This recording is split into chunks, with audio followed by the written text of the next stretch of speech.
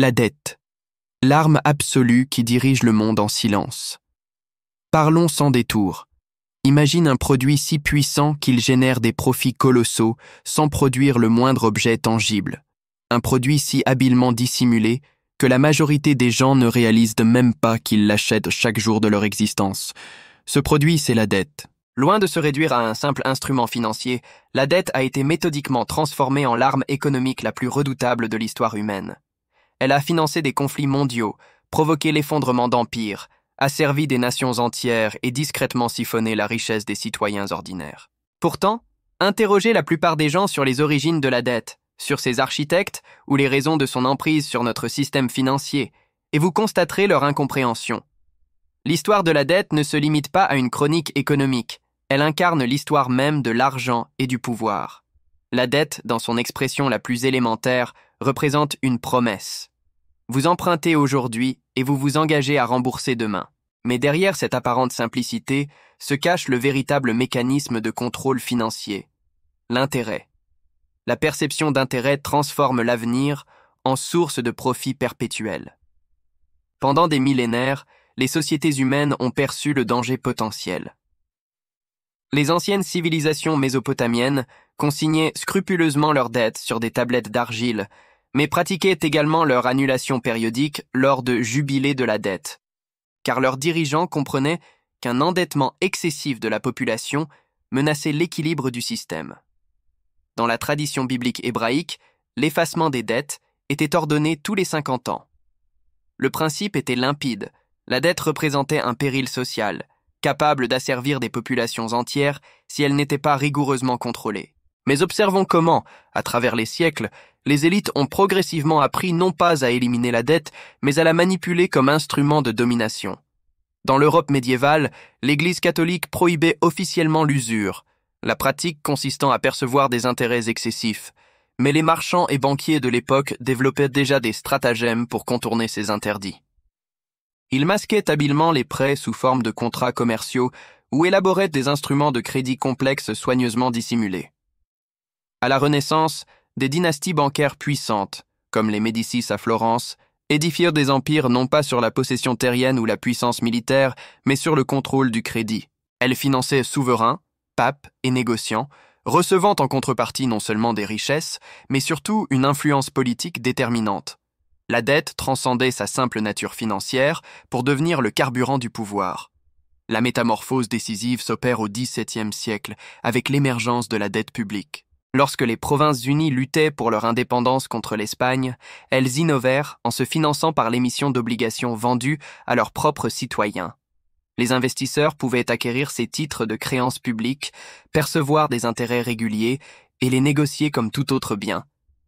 Soudainement, la guerre ne dépendait plus exclusivement des réserves d'or ou d'argent des trésors royaux.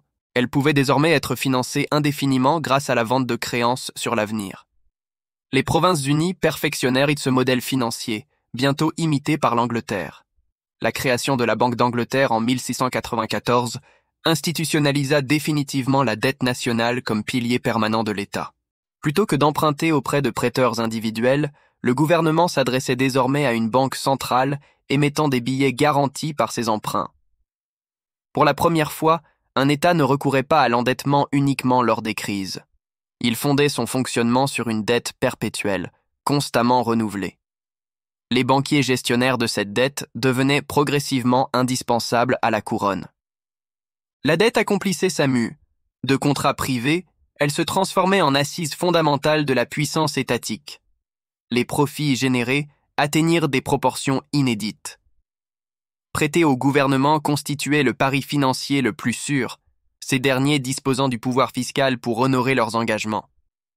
Des conflits armés qui auraient autrefois ruiné les monarchies pouvaient désormais être financés sans limitation temporelle. Ces guerres, à leur tour, permettèrent l'expansion impériale, l'ouverture de nouveaux marchés et créaient toujours plus d'opportunités d'endettement. Un cercle vicieux s'installait. Plus les nations s'engagèrent dans des conflits, plus elles s'endettaient. Plus elles s'endettaient, plus leurs créanciers s'enrichissaient. Au XVIIIe et XIXe siècle, les marchés obligataires de Londres, Paris et Amsterdam constituaient le centre névralgique de la finance mondiale. Armées en campagne, flottes naviguant, colonies conquises, toutes ces entreprises dépendaient fondamentalement de capitaux empruntés. Mais ce phénomène ne concernait pas exclusivement les États. Avec l'expansion du capitalisme industriel, les citoyens ordinaires furent progressivement intégrés dans ce cycle. Chemins de fer, complexes industriels et projets d'infrastructures furent édifiés grâce au crédit, financés par des obligations et des prêts bancaires. Les travailleurs percevaient leur salaire d'entreprise elles-mêmes, financés par l'endettement, puis contractaient à leur tour des emprunts pour acquérir des habitations, des outils et progressivement des biens de consommation. L'endettement s'infiltrait insidieusement dans toutes les dimensions de la vie économique. Au cours du XXe siècle, la dette cessa d'être l'apanage exclusif des gouvernements ou des magnats industriels. Elle se transforma en produit de masse commercialisé auprès du grand public. Crédits immobiliers, prêts automobiles, cartes de crédit, dettes étudiantes, l'architecture complète de la société moderne fut conçue pour normaliser l'emprunt comme condition existentielle par défaut. Et voici où réside le génie caché, ou la cruauté dissimulée, du système. La dette ne produit pas un profit unique et définitif. Chaque versement d'intérêt opère un transfert silencieux de richesse de l'emprunteur vers le prêteur, de la majorité vers une minorité, répété inlassablement mois après mois, année après année. Contrairement à un bien classique que vous achetez une fois pour en jouir, la dette est structurellement conçue pour être permanente, pour vous maintenir dans un cycle perpétuel de remboursement. Une résidence acquise avec un prêt hypothécaire sur 30 ans vous coûtera in fine 2 à 3 fois son prix initial affiché. Un solde de carte de crédit reporté mensuellement peut voir sa croissance dépasser votre capacité réelle de remboursement. Sans emprunt constant, le système s'effondrerait. La dette était devenue le produit ultime qui soutenait toute l'économie, un produit pouvant être vendu, renouvelé et gonflé à l'infini. C'était l'entreprise idéale, ne nécessitant ni innovation technologique ni capital physique, seulement la confiance des emprunteurs et la protection des gouvernements. Au lendemain de la crise de 2008, les banques centrales ont abaissé les taux d'intérêt jusqu'à 0 et inondé le système de liquidité, promettant que ce remède extraordinaire restaurerait la stabilité. Mais en réalité, cette politique n'a fait qu'aggraver la dépendance collective. Le crédit bon marché a encouragé gouvernements, entreprises et ménages à s'endetter davantage encore. Les chiffres actuels sont stupéfiants. La dette mondiale dépasse désormais 300 000 milliards de dollars, soit plus de 3 fois la production économique annuelle de la planète. Jamais dans l'histoire humaine autant de personnes n'ont dû autant à si peu de créanciers. L'ironie suprême est que cette montagne d'obligations est célébrée comme de la croissance. Les politiciens mettent en avant la hausse du PIB tout en sachant parfaitement qu'une grande partie de cette croissance n'est qu'un emprunt sur l'avenir. La dette est devenue si normalisée qu'on ne la remet presque plus en question. Un jeune de 20 ans contracte des dizaines de milliers de dollars de prêts étudiants, présentés comme un investissement dans son avenir. Un couple signe un crédit immobilier sur 30 ans, présenté comme l'accomplissement d'un rêve. Les gouvernements accumulent les déficits année après année, et les électeurs s'en aperçoivent à peine car les conséquences restent invisibles à court terme. L'inflation agit comme l'impôt caché qui rend le remboursement possible, réduisant silencieusement la valeur de l'argent dans les poches des gens tout en préservant la puissance nominale du système d'endettement. Ce qui ressemble à de la prospérité n'est souvent qu'un empilement d'effets de levier. Pourtant, la rentabilité de la dette n'a jamais été aussi élevée. Les banques perçoivent des intérêts sur chaque prêt, mais elles ont aussi créé des secteurs entiers dédiés à la gestion de la dette. Refinancement, recouvrement, restructuration. Les investisseurs font fortune en achetant et vendant des obligations souveraines, pariant sur la solvabilité de nations entières. Les fonds spéculatifs jouent sur les dettes en difficulté, profitant de la détresse des pays en faillite ou des entreprises en crise. Les agences de notation, prétendument arbitres neutres, sont devenues les gardiennes qui décident qui peut emprunter à bas coût et qui doit payer une prime. La dette n'est plus seulement un produit financier, c'est un marché à part entière où les promesses sont valorisées, négociées et exploitées. La caractéristique la plus frappante de ce système est la concentration des richesses qu'il génère. Chaque paiement d'intérêt opère un transfert du débiteur vers le créancier. Au fil du temps, cet mécanisme canalise l'argent vers le sommet, des millions de ménages payant leurs factures de carte de crédit et leurs mensualités hypothécaires vers les bilans des grandes banques et fonds d'investissement. La dette ne produit pas seulement des profits, elle remodèle la société en verrouillant les inégalités.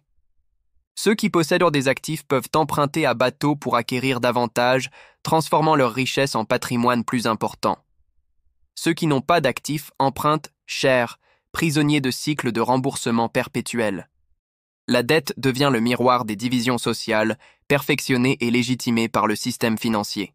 Aujourd'hui, alors que les banques centrales explorent les monnaies numériques, la prochaine évolution de la dette se profile déjà. Imagine une monnaie programmable, traçable et contrôlable au niveau du code. Des prêts approuvés ou refusés automatiquement par des algorithmes. Des taux d'intérêt ajustés en temps réel, des pénalités appliquées instantanément. Pour beaucoup, cela ressemble à de l'efficacité pure. Mais si l'histoire de la dette nous enseigne une chose, c'est que l'efficacité pour le créancier signifie moins de liberté pour le débiteur. Le produit le plus rentable de l'histoire se modernise pour l'ère numérique, et une fois de plus, il sera conçu dans des comités fermés, loin du regard du public. Quelle leçon en tirer? Que la dette n'est pas neutre. Ce n'est ni un simple outil de progrès, ni une caractéristique naturelle de la vie moderne. La dette a été délibérément cultivée comme le produit le plus rentable jamais créé, un produit qui transforme le temps lui-même en argent, qui convertit les espoirs des individus et les luttes des nations en flux ascendants d'intérêts. Comprendre la dette, c'est comprendre que la liberté financière ne peut pas être offerte par le système, car c'est ce même système qui prospère en te maintenant endetté. La véritable richesse consiste à minimiser ta dépendance à l'emprunt, à questionner les promesses du crédit facile, et à reconnaître que derrière chaque offre de prêt se cache une machine conçue pour tirer profit de ton avenir. L'histoire ne se répète pas, mais les schémas persistent. Des tablettes d'argile de Mésopotamie aux hypothèques des banlieues, des marchés obligataires hollandais aux produits dérivés de Wall Street, le récit reste identique. La dette enrichit le créancier, accable le débiteur et remodèle le monde au profit de ceux qui contrôlent les flux financiers. Le piège le plus cruel, on nous apprend à célébrer cette dette, à la qualifier de progrès, à confondre emprunt et prospérité. Si cette analyse t'a ouvert de nouvelles perspectives, abonne-toi. L'histoire détient les réponses. Je te montre où les chercher. Ce qui n'était au départ qu'une simple promesse s'est métamorphosé en un piège implacable.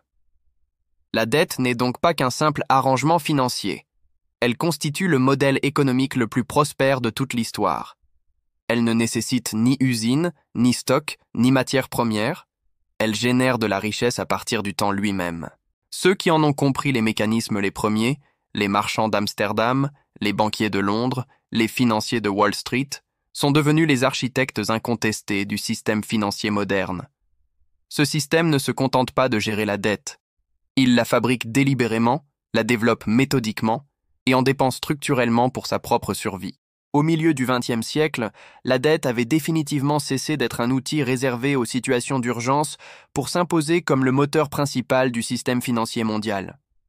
Les accords de Bretton Woods en 1944, pourtant célébrés comme l'avènement d'une nouvelle ère de coopération internationale, ont institutionnalisé cette réalité. Le Fonds monétaire international et la Banque mondiale furent créés pour prêter aux pays en crise ou en développement, mais derrière cette noble rhétorique se dissimulait un mécanisme implacable. La dette comme instrument de discipline. Les nations pouvaient emprunter, mais uniquement selon les conditions rigoureusement dictées par leurs créanciers. Le FMI, dominé par les États-Unis et l'Europe, a commencé à assortir ses prêts de conditions d'ajustement structurel. Des économies nationales entières se sont vues imposer ce qu'elles devaient réduire, ce qu'elles devaient privatiser et comment réorganiser leur budget. La dette n'était plus seulement rentable, elle devenait un levier de contrôle politique absolu. Les nations surendettées voyaient leur souveraineté compromise, leur politique réécrite non pas dans leur propre capitale, mais à Washington ou à Bâle. Le discours officiel mettait l'accent sur la stabilité et la croissance, mais la réalité se résumait à une dépendance systémique. Parallèlement, une révolution bien plus discrète s'opérait dans la vie quotidienne des citoyens ordinaires. Au cours des décennies suivant la Seconde Guerre mondiale, les banques découvrirent comment vendre de la dette non seulement aux gouvernements et aux entreprises, mais directement aux ménages. Le crédit immobilier devint le fleuron des aspirations de la classe moyenne. Devenir propriétaire, autrefois privilège réservé aux élites, devint soudainement accessible à des millions de personnes, mais à un prix, la signature d'un contrat qui enchaînait les familles à 30 années de remboursement. Les prêts automobiles, les plans de financement des meubles et finalement la carte de crédit transformèrent la dette en un produit de consommation banalisé. Le bouleversement psychologique fut profond. L'endettement cessa d'être perçu comme honteux ou exceptionnel pour devenir le moyen normal de participer à la prospérité. Achète maintenant, paie plus tard, devint le mantra d'une génération, avec cette promesse séduisante. Profite de la vie aujourd'hui et laisse l'avenir se construire tout seul. Pour les banques, ce fut une manne inépuisable. Les intérêts prélevés sur des millions de ménages générèrent des profits réguliers et capitalisés. Pour les gouvernements, cela créait l'illusion d'une croissance infinie, la demande des consommateurs pouvant être artificiellement stimulée par le crédit même lorsque les salaires se stagnaient. Pour les entreprises, cela garantissait un flux constant de clients, encouragés à dépenser l'argent qu'ils ne possédaient pas encore. La dette devint le moteur caché du capitalisme moderne. Contrairement à la vente de biens physiques, la vente de crédit présentait l'avantage décisif d'être infiniment évolutive. Plus besoin de creuser des mines ou de construire des usines, il suffisait de signatures, de contrats et du pouvoir magique de créer de l'argent à partir de simples promesses. Le danger, bien entendu, résidait dans la dépendance systémique à l'expansion perpétuelle. Les banques ne souhaitaient pas que les dettes soient rapidement remboursées, elles préféraient qu'elles soient renouvelées, refinancées, prolongées. Plus les gens restaient endettés, plus ils devenaient rentables. Les gouvernements, quant à eux, comprirent qu'emprunter était politiquement plus facile qu'augmenter les impôts. Les politiciens pouvaient promettre des avantages immédiats tout en reportant le coût sur les générations futures. Et les banques centrales, grâce à leur pouvoir exorbitant de création monétaire, rendaient tout cela possible en garantissant un flux constant de liquidités pour faire tourner la machine. La dette n'était plus un pont temporaire, elle constituait désormais l'architecture permanente du système financier. Dans les années 1970 et 1980, les conséquences de cette dépendance devinrent impossibles à ignorer. Les pays d'Amérique latine, d'Afrique et d'Asie avaient massivement emprunté pendant les années de prospérité, encouragés par des banques occidentales désireuses de recycler les pétrodollars après les chocs pétroliers. Lorsque les taux d'intérêt flambèrent sous l'impulsion de Paul Volcker, ces pays se retrouvèrent brutalement dans l'incapacité de rembourser. La crise de la dette explosa en 1982 lorsque le Mexique annonça son défaut de paiement. La solution ? Davantage de prêts assortis de conditions encore plus strictes, supervisés par le FMI et la Banque mondiale. La dette devint un piège diabolique. On empruntait pour survivre, puis on empruntait à nouveau pour rembourser, et à chaque cycle, on perdait un peu plus le contrôle de son économie. Les citoyens ordinaires subissaient l'austérité, l'inflation et le chômage, tandis que les élites et les créanciers continuèrent de percevoir leurs intérêts. Pendant ce temps, dans le monde développé, le secteur financier inventait de nouvelles méthodes pour structurer et commercialiser la dette. Les prêts hypothécaires, les crédits automobiles et les obligations d'entreprise étaient de regrouper en titres négociables à l'échelle planétaire. La dette n'était plus un simple contrat entre emprunteurs et prêteurs. Elle devenait une marchandise à part entière, découpée en tranches et vendue aux investisseurs du monde entier. Wall Street se concentra moins sur la production de biens réels que sur la conception d'instruments de dette toujours plus sophistiqués. Ce processus, appelé financiarisation, fit du crédit la matière première la plus importante de l'ère moderne. Les profits atteignirent des niveaux stratosphériques. Une banque pouvait émettre un prêt, le vendre à des investisseurs et passer immédiatement au suivant, empilant les commissions à chaque étape. Le risque était théoriquement réparti, mais en réalité simplement dissimulé, attendant patiemment la prochaine crise pour se révéler au grand jour. L'effondrement financier de 2008 en fut la conséquence logique et inéluctable. Des milliers de milliards de dollars de titres adossés à des créances hypothécaires, construits sur l'hypothèse fallacieuse que les propriétaires américains ne feraient jamais massivement défaut, implosèrent brutalement. La dette avait atteint des niveaux inimaginables, et lorsqu'elle explosa, l'ensemble du système financier mondial vacilla. Les gouvernements intervinrent, non pas pour punir les vendeurs de créances pourries, mais pour les sauver, démontrant une fois de plus à qui le système était réellement destiné. Des familles ordinaires perdirent leurs maisons, leurs emplois et leurs économies. Les banques furent renflouées sans condition. Et une fois la tempête passée, le recours à la dette ne diminua pas. Il augmenta de façon exponentielle. La crise même créée par la dette devint le prétexte idéal pour en créer toujours plus grâce aux interventions massives des banques centrales et au maintien de taux d'intérêt extrêmement bas. La dette, désormais, n'était plus seulement rentable, elle était devenue indispensable. Tous les pans de l'économie mondiale en dépendaient structurellement. Les gouvernements pour financer leurs déficits, les entreprises pour financer leur rachat d'actions, les ménages pour maintenir leur niveau de vie. Sans emprunt constant, le système s'effondrerait. La dette était devenue le produit ultime qui soutenait toute l'économie, un produit pouvant être vendu, renouvelé et gonflé à l'infini. C'était l'entreprise idéale, ne nécessitant ni innovation technologique ni capital physique, seulement la confiance des emprunteurs et la protection des gouvernements. Au lendemain de la crise de 2008, les banques centrales ont abaissé les taux d'intérêt jusqu'à 0 et inondé le système de liquidité, promettant que ce remède extraordinaire restaurerait la stabilité. Mais en réalité, cette politique n'a fait qu'aggraver la dépendance collective. Le crédit bon marché a encouragé gouvernements, entreprises et ménages à s'endetter davantage encore. Les chiffres actuels sont stupéfiants. La dette mondiale dépasse désormais 300 000 milliards de dollars, soit plus de 3 fois la production économique annuelle de la planète.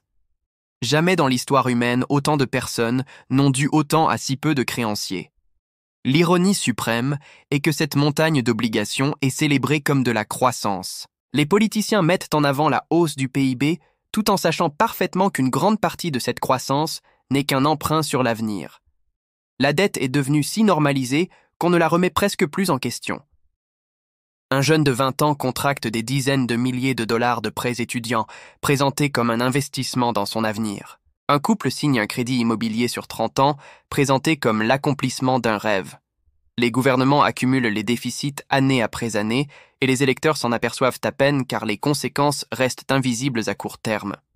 L'inflation agit comme l'impôt caché qui rend le remboursement possible, réduisant silencieusement la valeur de l'argent dans les poches des gens tout en préservant la puissance nominale du système d'endettement. Ce qui ressemble à de la prospérité n'est souvent qu'un empilement d'effets de levier. Pourtant, la rentabilité de la dette n'a jamais été aussi élevée. Les banques perçoivent des intérêts sur chaque prêt, mais elles ont aussi créé des secteurs entiers dédiés à la gestion de la dette. Refinancement, recouvrement, restructuration. Les investisseurs font fortune en achetant et vendant des obligations souveraines, pariant sur la solvabilité de nations entières. Les fonds spéculatifs jouent sur les dettes en difficulté, profitant de la détresse des pays en faillite ou des entreprises en crise. Les agences de notation, prétendument arbitres neutres, sont devenues les gardiennes qui décident qui peut emprunter à bas coût et qui doit payer une prime.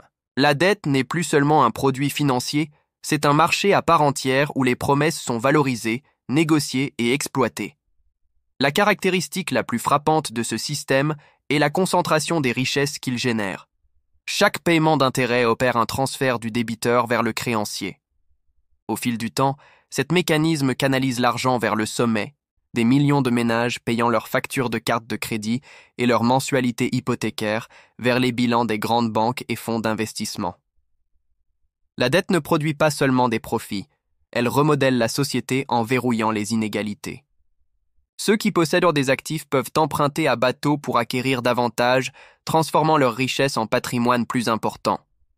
Ceux qui n'ont pas d'actifs empruntent cher, prisonniers de cycles de remboursement perpétuels. La dette devient le miroir des divisions sociales, perfectionnées et légitimées par le système financier. Aujourd'hui, alors que les banques centrales explorent les monnaies numériques, la prochaine évolution de la dette se profile déjà. Imagine une monnaie programmable, traçable et contrôlable au niveau du code. Des prêts approuvés ou refusés automatiquement par des algorithmes. Des taux d'intérêt ajustés en temps réel, des pénalités appliquées instantanément. Pour beaucoup, cela ressemble à de l'efficacité pure. Mais si l'histoire de la dette nous enseigne une chose, c'est que l'efficacité pour le créancier signifie moins de liberté pour le débiteur. Le produit le plus rentable de l'histoire se modernise pour l'ère numérique, et une fois de plus, il sera conçu dans des comités fermés, loin du regard du public. Quelle leçon en tirer? Que la dette n'est pas neutre. Ce n'est ni un simple outil de progrès, ni une caractéristique naturelle de la vie moderne. La dette a été délibérément cultivée comme le produit le plus rentable jamais créé, un produit qui transforme le temps lui-même en argent, qui convertit les espoirs des individus et les luttes des nations en flux ascendants d'intérêt. Comprendre la dette, c'est comprendre que la liberté financière ne peut pas être offerte par le système, car c'est ce même système qui prospère en te maintenant endetté. La véritable richesse consiste à minimiser ta dépendance à l'emprunt, à questionner les promesses du crédit facile et à reconnaître que derrière chaque offre de prêt se cache une machine conçue pour tirer profit de ton avenir. L'histoire ne se répète pas, mais les schémas persistent. Des tablettes d'argile de Mésopotamie aux hypothèques des banlieues, des marchés obligataires hollandais aux produits dérivés de Wall Street, le récit reste identique. La dette enrichit le créancier, accable le débiteur et remodèle le monde au profit de ceux qui contrôlent les flux financiers. Le piège le plus cruel, on nous apprend à célébrer cette dette, à la qualifier de progrès, à confondre emprunt et prospérité. Si cette analyse t'a ouvert de nouvelles perspectives, abonne-toi. L'histoire détient les réponses. Je te montre où les chercher.